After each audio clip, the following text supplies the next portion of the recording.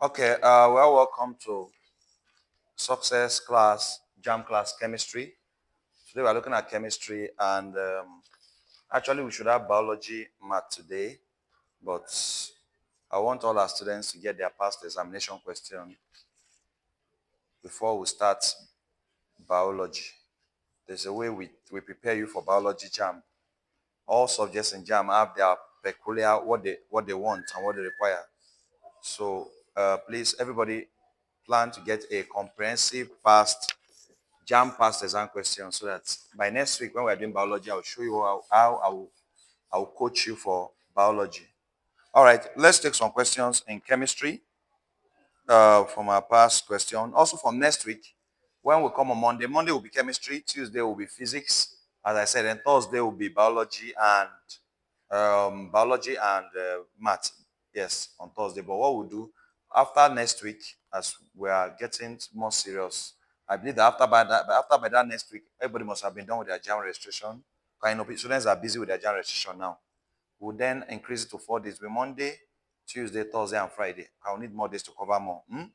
Monday, Tuesday, Thursday, and Friday. Then also from next week, I will start taking key topics in chemistry, physics, and the subjects. Like next week now, chemistry next week, I will not just want to be solving past question. I will take a key topic. First of all, I'll expose you to 10 key topics in chemistry that you should take note of for your jam. 10 short topics that must come out in jam. It comes out regularly every year. Same thing for physics. And we'll start teaching those topics in jam from next week. This week was just introduction. From next week, we'll start getting serious. So when I come next, we'll start teaching. So please let your 4 p.m. be 4 p.m. Keep to the time, 4 p.m. I'll start taking some key topics. Number one topic in chemistry is organic chemistry, jam. Organic chemistry. Also look at experimental chemistry. So when that time comes, we'll look at it. Let's take this question down for our chemistry. What currents, what currents, what currents, what currents will deposit, what current will deposit, what current will deposit 3.25 gram, what current will deposit 3.25 gram of zinc in 2 hours? Every year, question comes out, electrolysis, question comes out, solubility. We'll take some key topics and teach them. What current will deposit 3.25 gram of zinc in 2 hours? And we're giving zinc Zn as 65. This F stands for Faraday's constant as 96500 coulomb per mole. What current would deposit 3.25 gram of zinc in 2 hours? They gave us Zn as 65 and F as 96500 coulomb per mole. Class, looking at this question, this is clearly a case of electrolysis. Class, electrolysis is where this question comes from. From looking at the question, you can know the topic it came from immediately. Jam loves this topic a lot. Electrolysis is when electric current is passed through an electrolyte. Electrolysis occurs when electric current is passed through what? An electrolyte, causing the breakdown of the electrolyte into its component ions. Into its component what? For example, if you have NaCl. Now, who are electrolytes? Electrolytes are compounds that conduct electricity. Electrolytes are compounds that can conduct what? Electricity. They are polar compounds. They are compounds that contain electropositive and electronegative ends. Electrolytes are compounds that have electropositive and electronegative what? Ends. There are some compounds that are not electrolytes. If you look at this compound, CO2 is not an electrolyte. Because it contains two electronegative components, non-metals, two non. How do you recognize an electrolyte? It contains one metal and one non-metal. Electrolytes contain one metal and one non-metal. So when electric current is passed through an electrolyte, it breaks down the electrolyte into its component ion Na plus and Cl Now, how do you pass electric current through an electrolyte? We use electrodes. We use what? Electrodes. Electrodes. Electrodes are mediums through which electric current is passed through an electrolyte. Electrodes. Medium through which electric current is passed through an electrolyte. Medium through which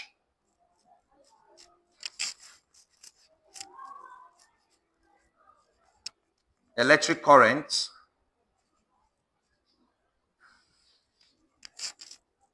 is passed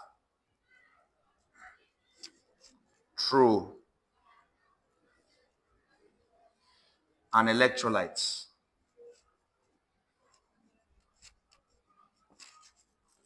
And class, there are actually two types of electrodes under electrolysis. We have the cathode and the anode. Cathode and the what? We have two types of electrode, cathode and anode. Class, without these electrodes, electric current will not enter the electrolyte. You cannot use your hand and carry electricity and put inside the electrolyte. Now you must need a medium. You need a what? So the medium you use to put electric current into an electrolyte is the electrode. And there are two types of electrode, cathode and anode. The cathode is negatively charged. The anode is positively charged. Class, because the cathode is negatively charged, it will attract the positive ion.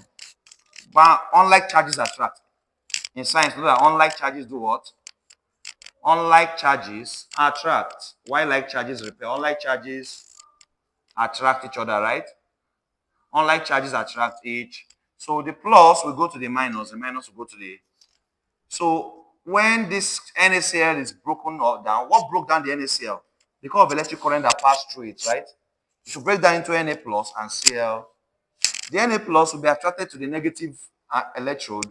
The Cl minus will be attracted to the positive electrode. So plus goes to the negative electrode, minus goes to the positive, and then there will be discharge. It will be what?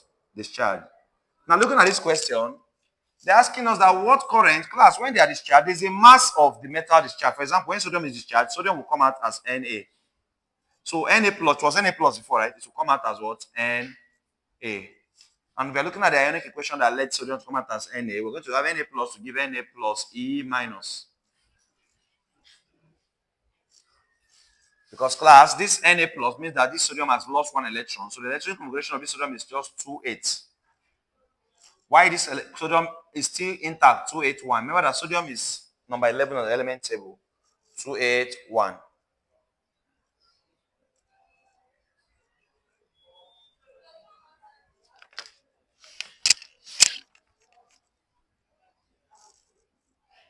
Now, because of this extra one electron, we'll put an E minus here. So that minus 1 plus 1 gives you 0, and you have 2828. When we come to electricity proper, I'll teach these things. So, class, you can see what this question brought about. That when electric current is passed through an electrolyte, different what substances are deposited and emitted. So, class, looking at this question, what current will deposit 3.25 grams of zinc? It means that this zinc was in an electrolyte. And when it was an electrolyte, electric current was passed through it and zinc was deposited. Zinc was what? Deposited.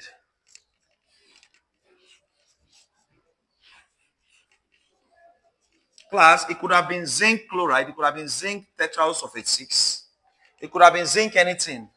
The bottom line is that the zinc was deposited. The bottom line is that the zinc was deposited. So, class, let us say that we had zinc chloride, ZnCl2 was the electrolyte. Follow me. And direct current was passed through it. So zinc chloride is an electrolyte. Yes, it qualifies for an electrolyte. You know why? Zinc is a metal, chlorine is a non-metal. How do you recognize electrolytes? It contains one metal and one non-metal. Metal and non-metal in the compound. You see, this is an electrolyte. So the metal is electropositive, the non-metal is electronegative. So let us say that there was zinc chloride inside here, and direct current was passed through it. And when current was passed through it, zinc, this zinc chloride is split into Zm2 plus and 2Cl minus. Chlorine is negative, zinc is positive. Obviously, the zinc will go to the cathode, which I said is negative, right? This cathode is negative. So positive goes to, and the anode is what? Positive. So the chlorine goes to the positive. Now, zinc is discharged or deposited, and the mass of zinc deposited is 3.25 gram. The mass of zinc deposited is what? 3.25 gram.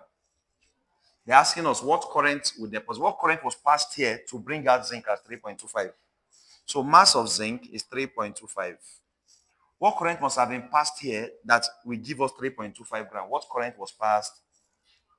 That's what they're asking us to find. What current will deposit 3.25 gram of zinc? You see, I'm taking one question and dissecting the meaning so that in case they ask you any question in this topic, you can still answer it. Class, to find the current that was passed here, we must ask ourselves one question. Follow me. Class, zinc is a diionic but radical, Zn2 plus. Class, the charge or the exhaustion number of a metal will help give an information on how much quantity of electricity will be needed to discharge the full molar mass of that metal. Class, zinc is 2 plus. Very soon I will also give you, you must get used to common ions.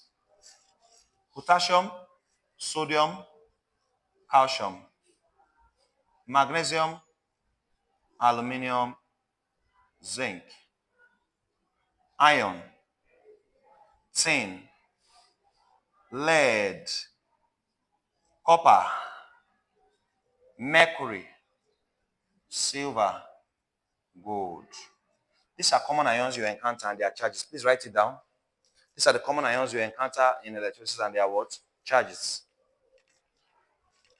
So class, once we add zinc, because if you have this in program, you know that zinc must come out as 2 plus. What is the importance of knowing that zinc must come out as 2 plus? Because class, this 2 plus helps us to know can be converted to 2 Faraday. Class, the charge on each of this metal can be converted to 2 what? Faraday. Because 1 Faraday of electricity is 96500. So it means that zinc requires 2 Faraday of electricity. Zinc require what? 2 Faraday of electricity to discharge the full mass of zinc. What's the full molar mass of zinc in the question? 65 gram. So for 65 gram of zinc, it will require 2 Faraday, and 1 Faraday is 965. So 2 Faraday will be 2 times 96500. So for the full molar mass of zinc, we are going to need 2 times 96500. Class, because this is zinc, that's why we have this. If this was sodium, for example, class, sodium molar mass is 23 gram. And sodium is plus 1. Plus 1 means that sodium will not need just 1 Faraday, right? Plus 1 means that sodium will need just 1 Faraday of electricity. Look at aluminium 3 plus. 3 plus means that aluminium will need 3 Faraday of what? So the charge or the oxidation number, this represents the oxidation number or the charge on each of these ions, greatly helps us to determine the amount of Faraday of electricity that is needed to discharge it. It helps us to determine the amount of Faraday of electricity that is needed to discharge it. Class, are we following? So I was saying if it was sodium, sodium is 23 gram. We're going to say that sodium will need just 1 Faraday of electricity because sodium is plus.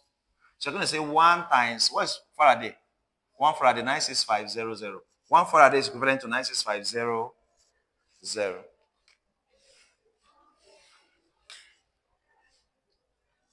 So if someone asks you, what is the quantity of electricity that will be needed to discharge 5 moles of sodium?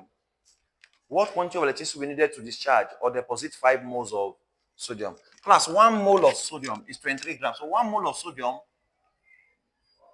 requires 1 times 96500. You will now say 5 mole will require what? X. But within this question I'm teaching, I'm giving sub-examples. Sometimes you can see me, I just took 3 questions for the whole day, but I've taught a lot in that 3 questions because you see the time I'm wasting in this question. If it's just to solve this and move forward, I've solved these things.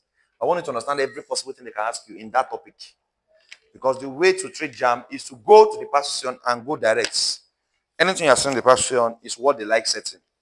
It's something they like setting. Know it and you will be good in your own Jamb. Just that they may not repeat that exact question, but know everything about that topic, that question, and you'll be good. Now, class, coming back, so you can see that if 1 mole of sodium requires 1, how do you know that it's 1 times 965? Because we know that sodium is plus. If this was aluminium, we won't treat it as 1, we'll treat it as what? 3. That's why this table is important.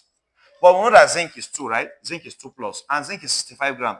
So for 65 gram of zinc, let's go back to our question. For 65 gram of zinc, how do we know 65? They give us in the question.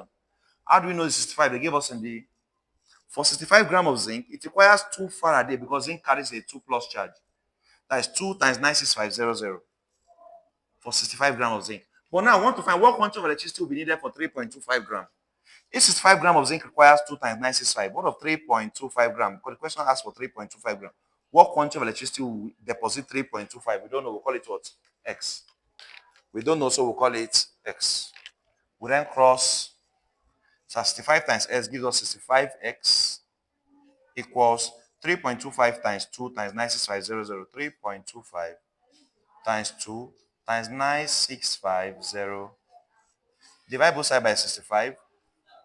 So we can make X out of the 65 cancel 65. Someone should do the math for us. What's 3.25 times 2 times 9650 divided by 65? Someone should do the math for us. Whatever we have will be the quantity of electricity that was passed through. Yeah. Would be the quantity of electricity that was passed through 3.25 times 2 times 96500 divided by 65. 3.25 times 2 times 96500 divided by 65. 3.25 times 2 times 96500 divided by what? 65.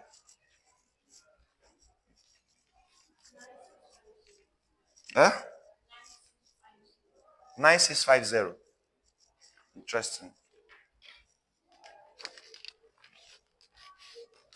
Class, so 9650 coulomb of electricity was the one that was passed through 3.25 grams of zinc. Class, but they did not ask us to find the quantity of electricity. They asked us to find what the current. The what? Current. But class, from the Q we can get current I because we know that Q equals to I T. Q equals to what? But we needed to get Q first before we get I. We needed to get Q first before we get. Let's do the solving here. Q equals to I T. Q equals to what? I T. I've just gotten my Q. Quantity of electricity is 9650 equals to I is the current I'm looking for. I'm looking for current. My time, do I have time? Yes. 2 hours. But class, something's wrong with my time. I must change it to seconds. How do you change 2 hours to seconds? 2 times 3,600. From hours to second, multiply by 3,006. So 2 multiplied by 3,600. 2 hours multiplied by 3,600. You change it to seconds, right? It will be 7,200 seconds. So my T here is 7,000 what? 200. 7,000 what? Now making I subject of the formula, I will be 9650 divided by 7,002 on my current. 9650 divided by 7,200 will give us what? 9650 divided by 7,200 will give us what? What is 9650 divided by 7,002? Someone should help us. 9650 divided by 7,200.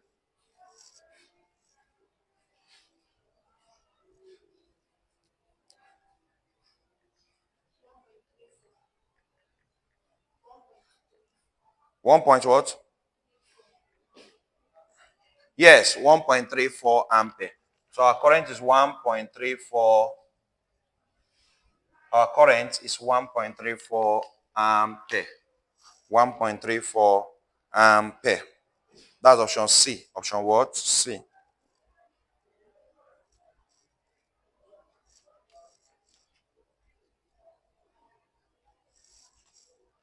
Quickly, quickly, quickly, quickly.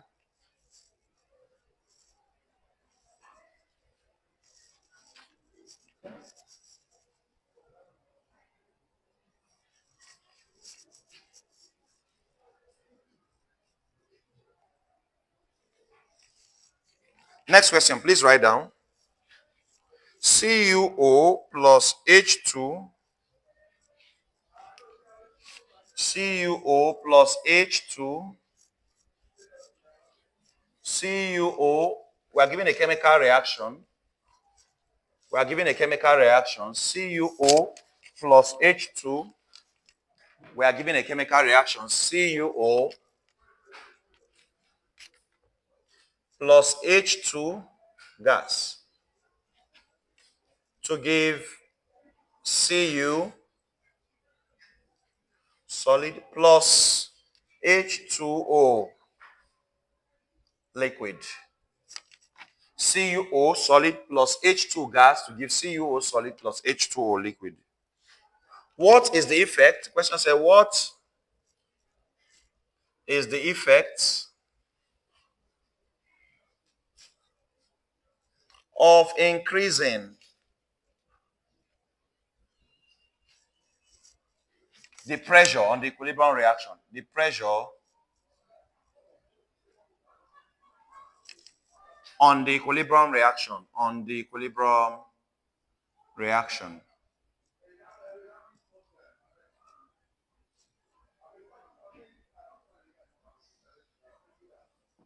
On the equilibrium what? Reaction. What's the effect of increasing the pressure on the equilibrium reaction? Let's look at the options they gave us. A. Option A, we said the equilibrium is shifted to the left. Option A, equilibrium is shifted to the left.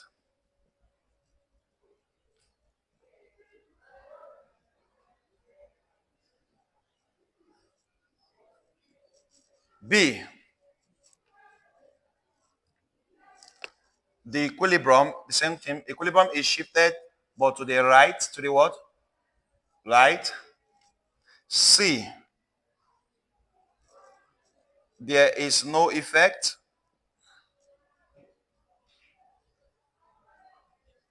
D, more H2 is produced.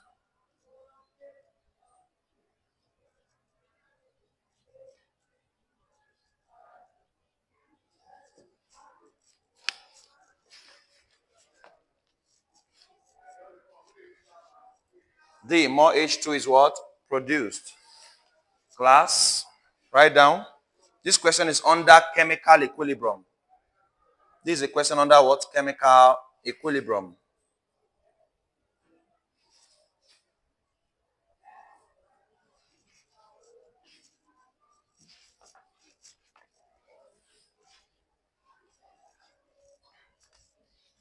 This is under chemical what? Equilibrium.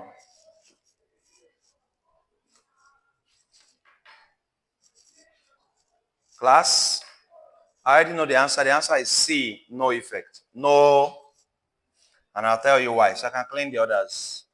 No effect. And I'll give you my reason. Class, no effect because pressure cannot affect a reaction that is not all gaseous. Class, this all reaction is an heterogeneous reaction. It's not an homogeneous reaction. It's heterogeneous because the components of the reaction are of different kind. Class, solid reacting with gas to give solid and liquid. In this reaction, there are three different states of matter represented. Are you seeing it?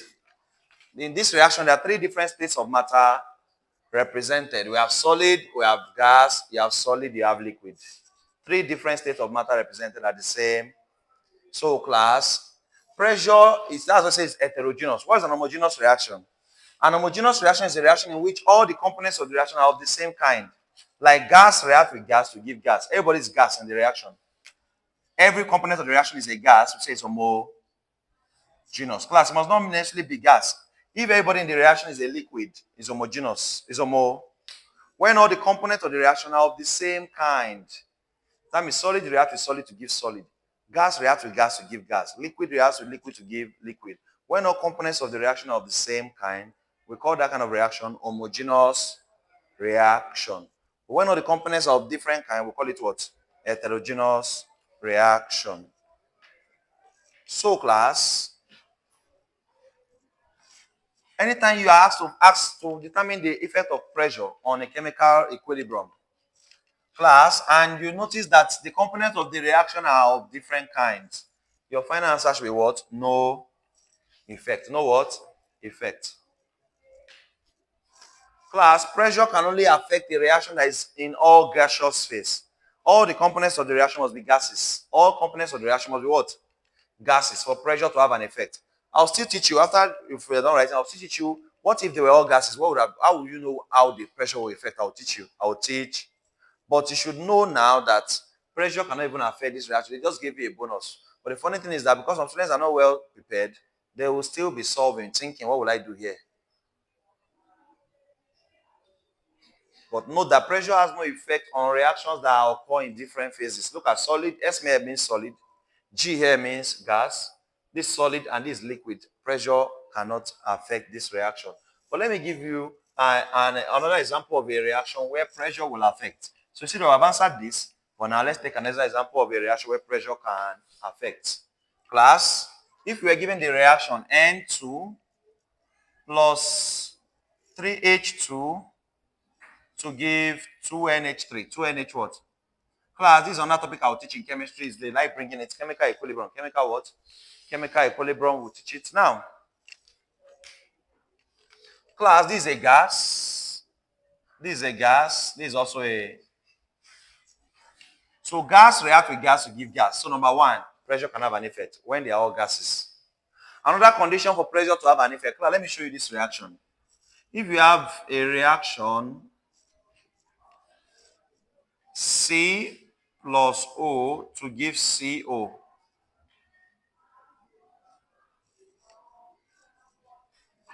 Or let's not use C plus O. If we have a reaction A plus B to give C plus D. Class, in this reaction, total number of moles on the left-hand side is 1 plus 1, 2. On the right-hand side, 1 plus 1 is also what? Class, the number of moles of the left-hand side is equal to the number of moles on the right-hand side. Class, when this happens, pressure cannot have an effect. Pressure cannot affect a reaction that the left-hand side total number of moles. How do you know the total number of moles? Check the numbers here. 1 plus 1, 2. 1 plus 1, 2. Anytime they have the same number of moles, pressure cannot affect the reaction. You say no what? Effect. Your answer will be no effect. No what? Effect. So there are things you look at when you say pressure have an effect. I've given you two things to look at and say pressure has no effect. Number one, if the reaction, that first Jamb question, this question I just finished solving, when the reactant of the reaction are in different phases, pressure has no effect. That means they are in different phases, they're not in the same phase. Pressure has no effect. Number two is if the total number of moles on the left hand side is the same as right hand side, pressure has no effect. For pressure to have an effect on chemical equilibrium, all components of the reaction must be gases. Must be what? If all of them are liquids, pressure has no effect as well. If all of them are solids, pressure has no... They must all be gases. They must all be... If all of them are liquids, no effect. If all of them are solids, no... They must all be gases. They must all be... If the number of moles here equals number of moles here, no effect. But look at this one on the board, class. Can pressure have an effect here? Yes. Number one, they are all gases because they must all be gases for pressure to have an effect. They must all be gases for pressure to have an... Two, look at number of moles here. 1 plus 3 is what? Total number of moles here is 4. Total number of moles here is just 2. Yes. When number of moles on the left-hand side is different from right-hand side, pressure can have an effect. When number of moles on the left-hand side is different from the right-hand side, pressure can have an... So if you look at this reaction, you see that there's more number of moles on the left-hand side than the right-hand side. I'll teach you how pressure will affect equilibrium. For class, as it stands now, the chemical equilibrium of this reaction is at the center. At the center. But class, according to the Chapler's principle, a disturbance can come through a medium and disturb the equilibrium position and shift the equilibrium.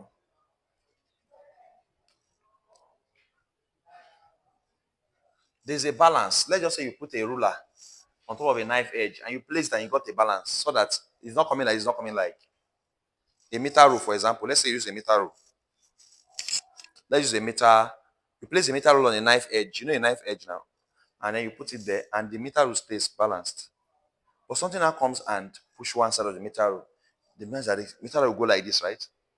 To resolve that, something must come and put it back like this. That's what happens in equilibrium. When we get to equilibrium, I'll explain. Class, look at this now. How can pressure have an effect, class?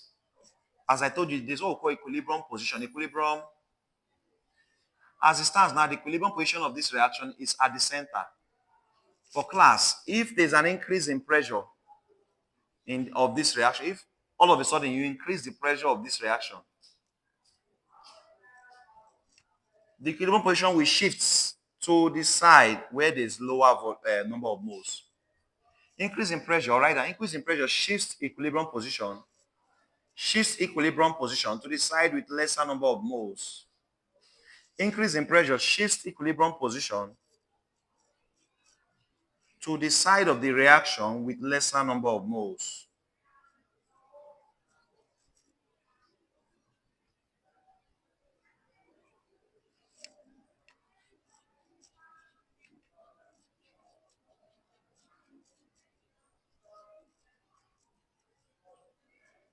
Increase in pressure shifts equilibrium position to the side of reaction with lesser number of.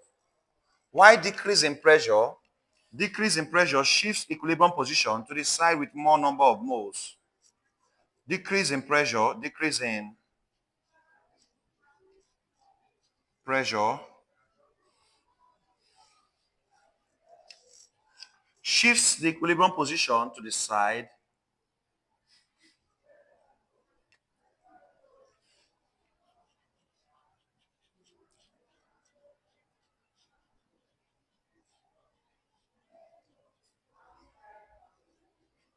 with more number of moles. With what?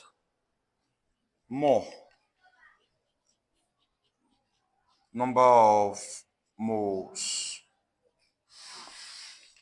Increase in pressure shifts the equilibrium position to the side of the reaction with lesser number of moles. Why decrease in pressure? Why decrease in pressure shifts the equilibrium position to the side with more number of moles. You can see how pressure affects equilibrium position, class. So you can see why we need a side with more number of moles and a side with lesser number of moles. If the both sides have exactly the same number of moles, there's going to be a problem. If the both sides have exactly the same number of moles, there will be a what? Problem. Why? Because you will not know how the composition will shift. As I would say, pressure will have no effect. So class, if I look at this reaction now, and I decrease the pressure of this reaction, where will the equation shift to the left or to the right? If I decrease the pressure of this reaction, where would the equilibrium position shift to? Currently it's at the center. But all of a sudden something happened that you now decrease the pressure, decrease. If you decrease the pressure of this reaction, where would the equilibrium position shift to, left or right? Based on what I've told you here. I said decrease in pressure shifts equilibrium position to the side with more number of moles. Decrease in pressure shifts equilibrium position to the side with what? More number of moles. Where is the side with more number of moles? Here or here? Left, right? It means that when you decrease the pressure of this reaction, the equilibrium position will shift to the what? Left. Check that option, that question I gave you. You saw shift to the left, shift to the right, right? But the car question, most people will not think that is either right or left. Meanwhile, that one is no effect. You want to surprise students there. Most students have done that is either right or left. Normally, if pressure will have an effect, the answer is either right or left. If pressure will have an effect, it's either right or. Most students can just guess and be lucky. Right, now one of them. But now Jamb is surprising you by giving you a question whereby the answer is no effect. So those guessing left or those guessing right, you are both wrong. That is for that former question where we said no effect. And why do we say no effect? Because the components of the reaction are not homogeneous. They are not what? Homogeneous. Some of them are gases, some of them are liquid, solid. They are not of the same kind. They are not of the same. Are we together, class? But this reaction, they are all of the same kind. Gas, gas, gas. So pressure can have an effect. And again, why pressure can have an effect? Another reason why pressure can have an effect is that the total number of moles on the left hand side is not the same with that on the right hand. So pressure can also have an effect.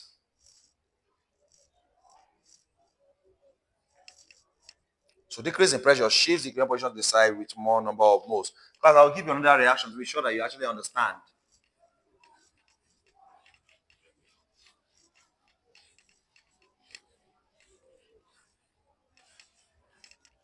Class, C plus O2 to give CO2. Or let us say CO2 undergoes decomposition to give C plus O2. And they are all gases. Class, if I increase the pressure of this, reaction, where might the equilibrium position shift to? If the pressure of this reaction is what? Increased. Where might the equilibrium position shift to, left or right? Increased pressure. You said it will shift to the right. Okay. Total number of moles on the left hand side is just 1, right? Total number of moles on the right hand side is 1 plus 1. So I hope hope you know that this is not number of moles, this is number of atoms.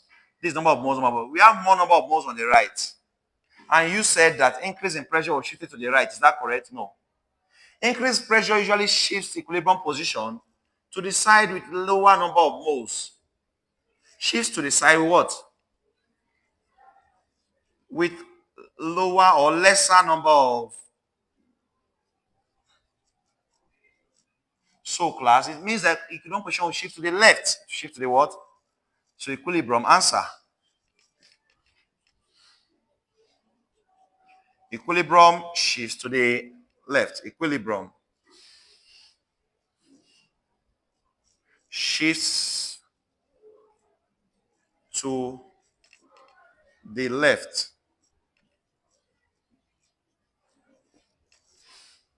Equilibrium shifts to the left.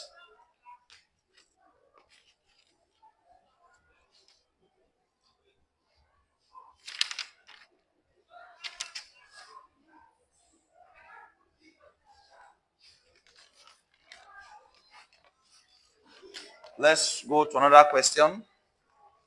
Write down the relative atomic mass of a naturally occurring lithium. The relative atomic mass of a naturally occurring lithium. The relative atomic mass of a naturally occurring lithium. The relative atomic mass. The relative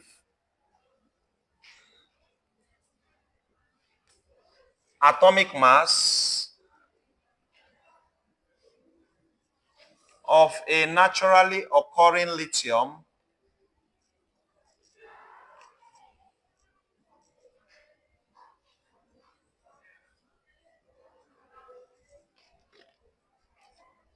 consisting of 90% lithium. Lithium is 7, 3. Atomic mass 7, atomic number 3. And 10% lithium. This one is 6, 3. Is, they put dash. Option A, 6.9. Option B, 7.1. Option C, 6.2. Option D, 6.8.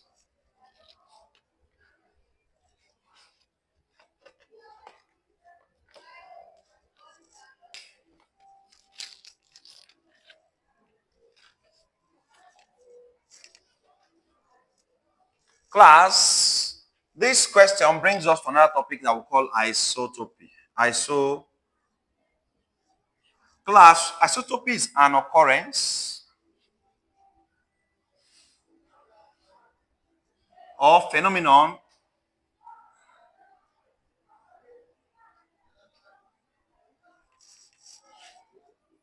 where where elements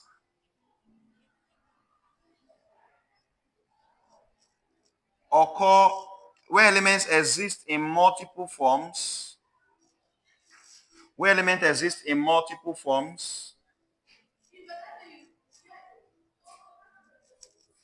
having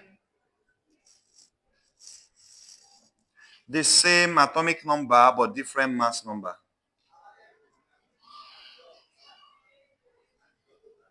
Having the same atomic number but different mass number.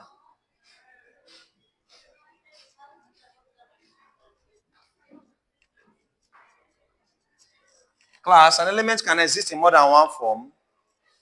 And like look at this question at lithium 7, 3 and lithium 6, 3. Notice the number below are the same. They are the atomic numbers. The atomic numbers are the same, but atomic mass is what? Different. And class, an element can only have one atomic mass. So we usually ask to find the average. They look at the relative atomic mass of a naturally occurring lithium. What they're trying to tell us that this lithium is having atomic mass of 7 and atomic mass of 6. Find an average mass for lithium. What mass should we give to lithium? Class, it's interesting to note, and important to note that apart from the atomic mass of these two isotopes. They are called isotopes, of course. Elements that exhibit isotopy are called isotopes. They also have the abundance in the atmosphere, the relative abundance. How much of this element is existing is in existence. Class, lithium-7 is having a 90% abundance, and lithium-6 is having just a 10% abundance. Class, in order to determine the relative atomic mass of this lithium, we must use both the abundance and the mass given to us. We must use both the abundance and the mass given to us. So having defined the isotopy class, we now do what? We're now going to say that to get the average, because now there's a confusion. This question is telling us that find the atomic mass of lithium. Because lithium is telling us 1 is 7, 1 is 6. Find an average mass. Classifying the atomic mass, we're going to multiply the mass given. This 7 and this is called the atomic mass unit. We're going to multiply this 7 by 90%, the what? The abundance. And add it to, now multiply these other guys on 6. What's the abundance? 10%, 10 over 100. No, percentage is over 100, right? This is how you find the average mass. I'll come again. Take the mass of this guy, this 7, multiply by 90. 90% over, 90% means 90 over, 90% means 90 over 100. And take this 6, multiply by 10, divide by, add them together. So this is 7 times 9, it looks like 630 all over 100. Plus 6 times 10 looks like 60 all over 630 over 100 looks like 0.63 plus 60 over 100 looks like 0. What? 60 over 100 looks like what? 0.6. Sorry, 630 divided by 100 is 6.3. 630 divided by 100 is 6.3. 60 over 100 is 0.6. 6.3 plus 0.6 is 6.9. 6 point what? 9. That's option A. 6.9 is the what? Atomic mass of lithium. 6.9 is the atomic mass of what? Lithium.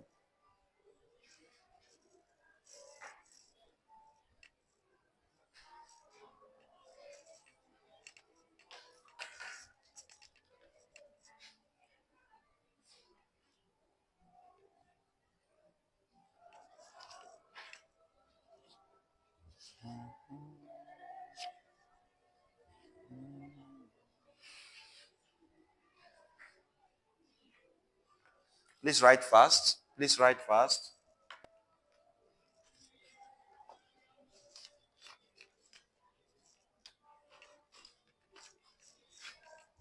I think we should have written the question by now and the options.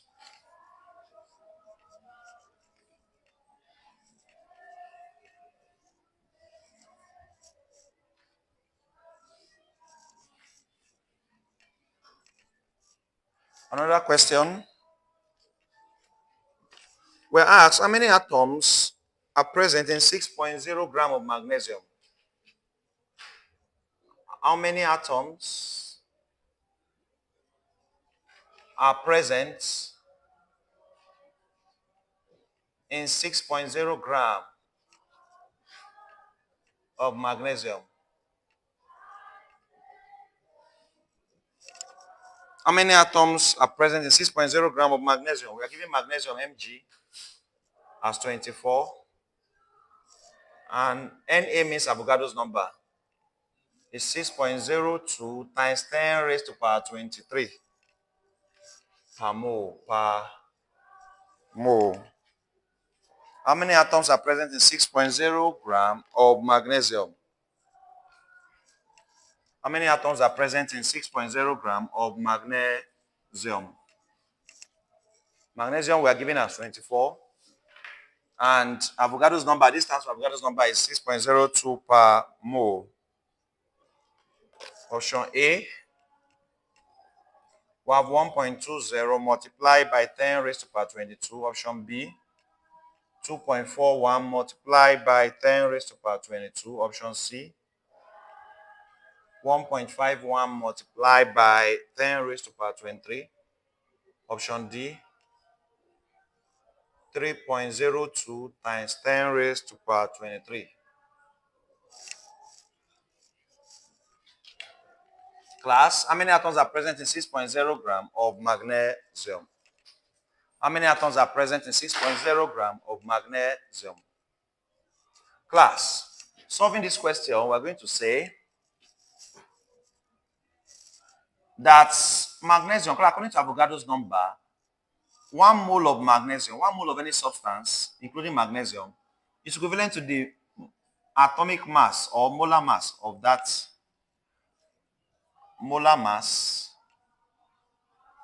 element, and it's equivalent to 6.02 times 10 raised to power 23. So 1 mole of any substance equivalent to the molar mass of that substance, and it's equivalent to 6.02 times 10 raised to power 23 per mole. So class, 1 mole of magnesium is 24 grams of magnesium, contains 6.02 times 10 raised to power 23. 24 grams of magnesium is equivalent to 6.02 times 10 power 23. Now, what of 6.0 gram? We don't know. We'll call it what? X. We say what? If 24 grams of magnesium is equivalent to 6.02 times 10 raised to power 23. So 6.0 gram, we don't know. Call it what? X cross 24 times X, it gives us 24X equal to 6.0 multiplied by 6.02 times 10 raised to power 23. Let us make X out of the formula. So we have 6.0 times 6.02 times 10 raised to power 23 divided by 24. That will give us what? 6.0 times 6.02 times 10 raised to power 23 divided by 24.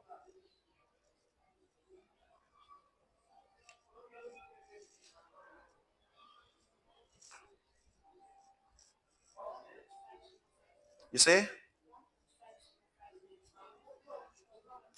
1.505 times 10 raised to power 23, which is approximately 1.51, right? If you approximate 1.505, you have 1.51. Please write down quickly. Don't forget I said get your past question. We're working with your Jamb past question in this class. We're going to be working with your Jamb past question in this class.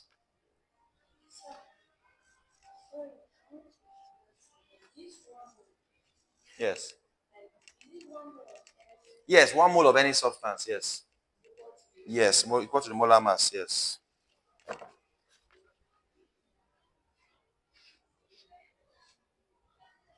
Let's take this question down.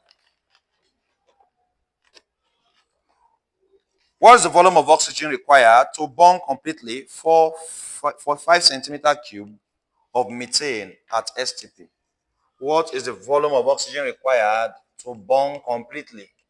What is the volume of oxygen required? What is the volume of oxygen required to burn completely 45 cm cube? 45 cm cube. What's the volume of oxygen required to burn completely 45 centimeter cube of methane at STP? 45 centimeter cube of methane at STP. Take this equation down.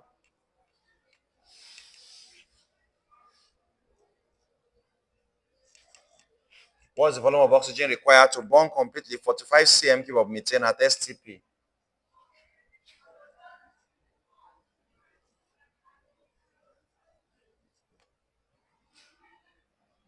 What's the volume of oxygen required to burn completely 45 cm cube of oxygen, 45 cm cube of methane at STP?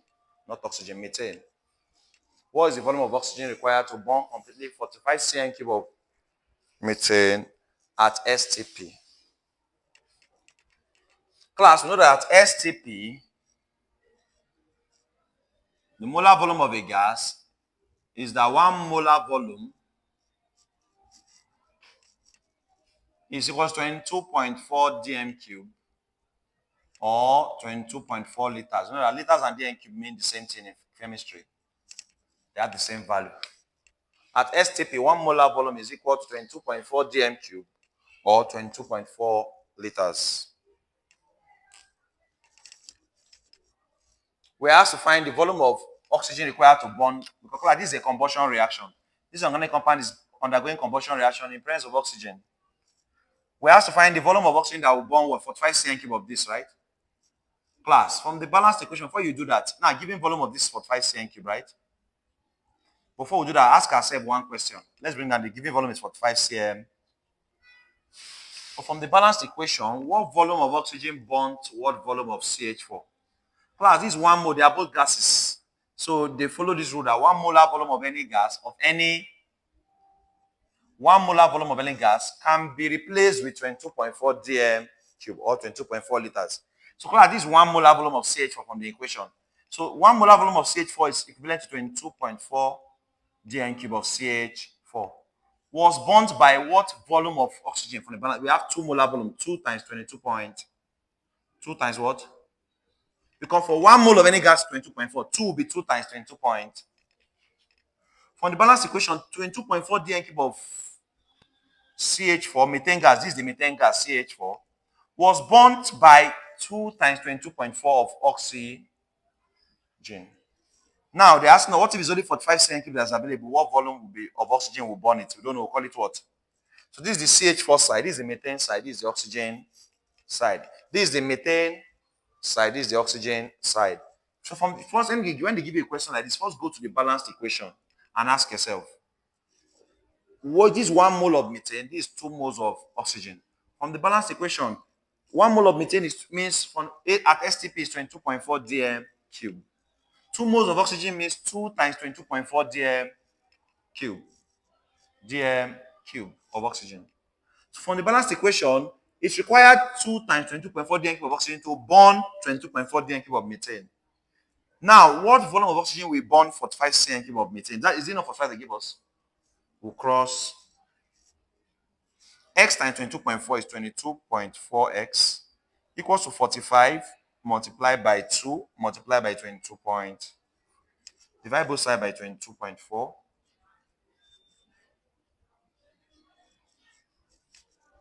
So this is 45 times 2. Plus about 22.4 cancels 22.4 here, right? So that 45 times 2 gives us what? 90. So it's 90 cm cube of oxygen that will burn 45 cm cube of methane. It's 90 cm cube of what? Oxygen that will burn 45 cm cube of methane. Yes.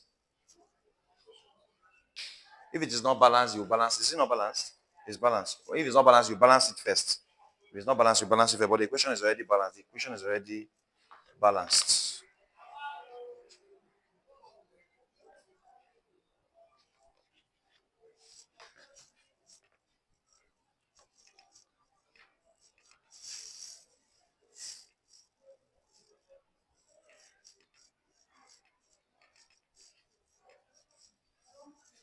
This is just the equation. I'm not cleaning everything. I want to write another question. 10.0 dm cube of water was added to 2.0 mole per dm cube of 2.5 dm cube solution of HCl. Solution of HCl.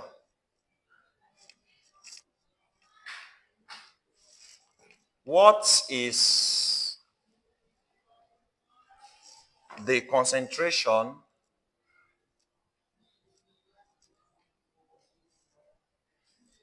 of the final solution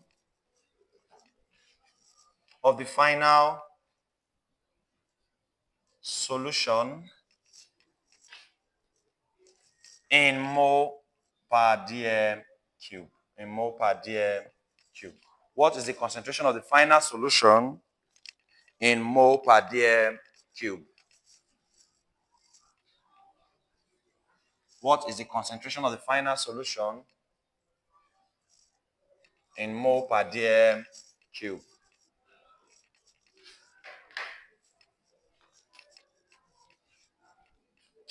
I believe you are done writing.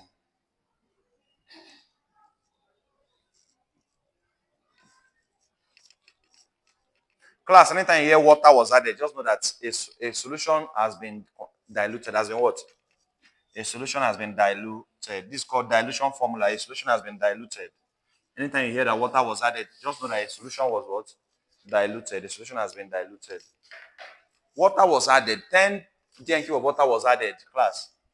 So 2.0, and this 10 DNQ is called the diluting volume. Class, let me tell you something. Because this is the formula I'm going to use. C1V1 equals to C2V class. Where C1 represents the initial concentration. Initial what? Class. Let us say you have a solution that contains a solution. The solution has its initial concentration. Initial what? Because here, whether if you add water, if you have a solution that contains salt and water, and you now add extra water to it, what will happen? The volume of solution will increase, right? But the concentration will reduce. Concentration will do what? Reduce, class. Addition of water to a solution reduces the concentration but increases the volume of the solution. Addition of water to a solution increases the volume but reduces the concentration. C2 is final concentration.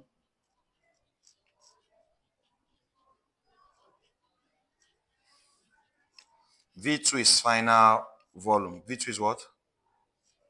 Final volume.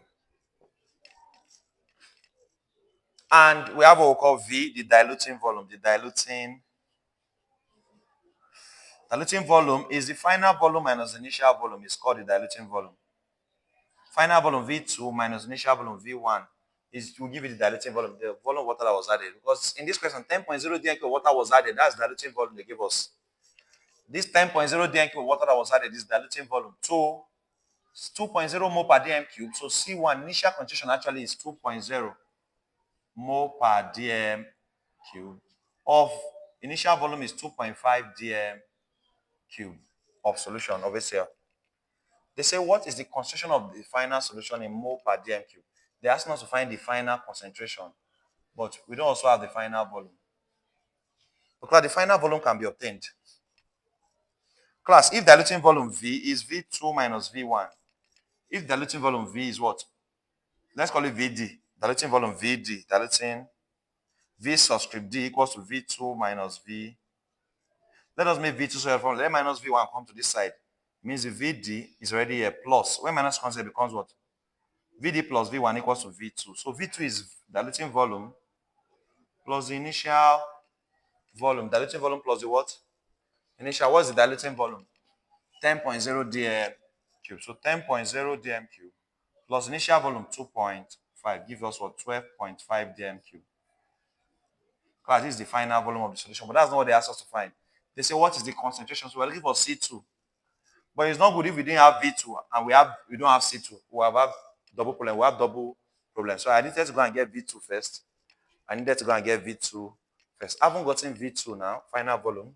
I can now actually use the formula C1V1 equals to C2V. Class, this formula should come to your mind immediately. You see a question that involves water was added to a solution. In Jamb, you see a question that water was added to a solution. This formula should come to your mind immediately. What is C1? 2.0. C1 is 2 point. I'm using this formula times V1 2.5 equals to C2 is what we're looking for, right? Times V2. Who is V2? You all just got here, right? Times 12 point. Now divide both sides by 12.5 to make C2 square of the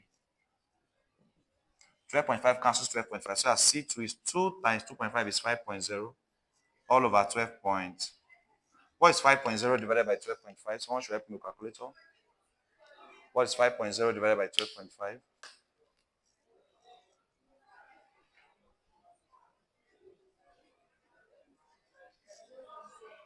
You say 0 point. So 0.4. So it means that my final concentration is 0.4 mole per dm cube. Notice that since water was added, the concentration will reduce. Initial concentration was 2.0, right? It now reduced to 0.4. 0.4. So ladies and gentlemen, we've come to the end of today's class. I'll still post this video just one more time for those of you that want to join the class on the general group so you can see how we break down your Jamb step by step. So if you'd like to join us, send us a message so that we can register you. After this video, I will not post any of our videos on the general group again. I don't want you to miss. I said, let me post this one for everybody. But join us. Let us break down your Jamb. You want to score very high in your Jamb? Work with us. Let us demystify your courses step by step like this. and then you see your result. So send us a message and let us register you, and you can start with us. If you want physical class, it's fine. If you want the online class, it's also fine. Thank you very much. All right.